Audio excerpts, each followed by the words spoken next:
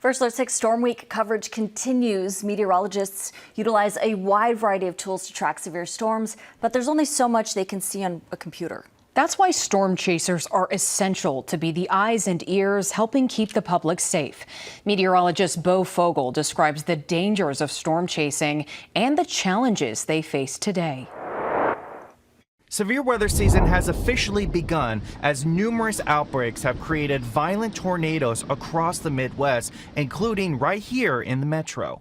It's been active. I don't think it's been quite as active as last year. Brandon Kopic has been storm chasing for more than 15 years across the Midwest. He has chased some of the worst tornado outbreaks in history, including the 2013 El Reno, Texas tornado, the widest tornado ever recorded. In order for Brandon to capture these historic moments and showcase them for us to see, he uses a variety of equipment.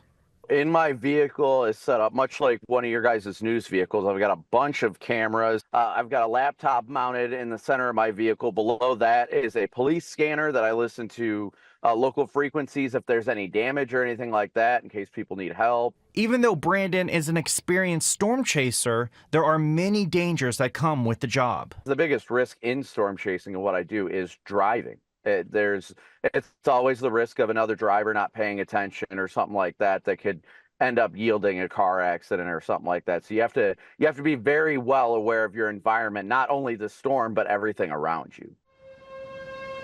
One example of a driving danger happened during the Arbor Day tornado outbreak from last year.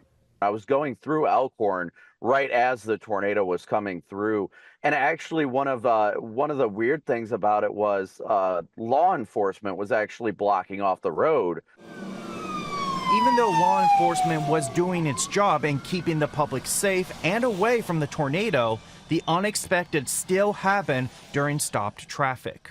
Yeah, I remember specifically because I helped a trooper west of town. I want to say it was a state trooper, a Nebraska state trooper, because power lines went down and it actually landed on his patrol car. It's already dangerous enough for experienced chasers, but many chasers like Brandon have encountered weather enthusiasts who are unfamiliar with the science and put themselves in dangerous situations. If you want to storm chase in the future, just don't do it before you know what you're doing safely.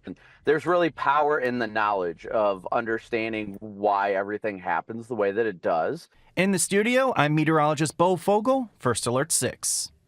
Yeah, great advice from the man himself. Brandon says if you want to educate and better prepare yourself to storm chase, links to several weather courses are available on the National Weather Service and Storm Prediction Center websites.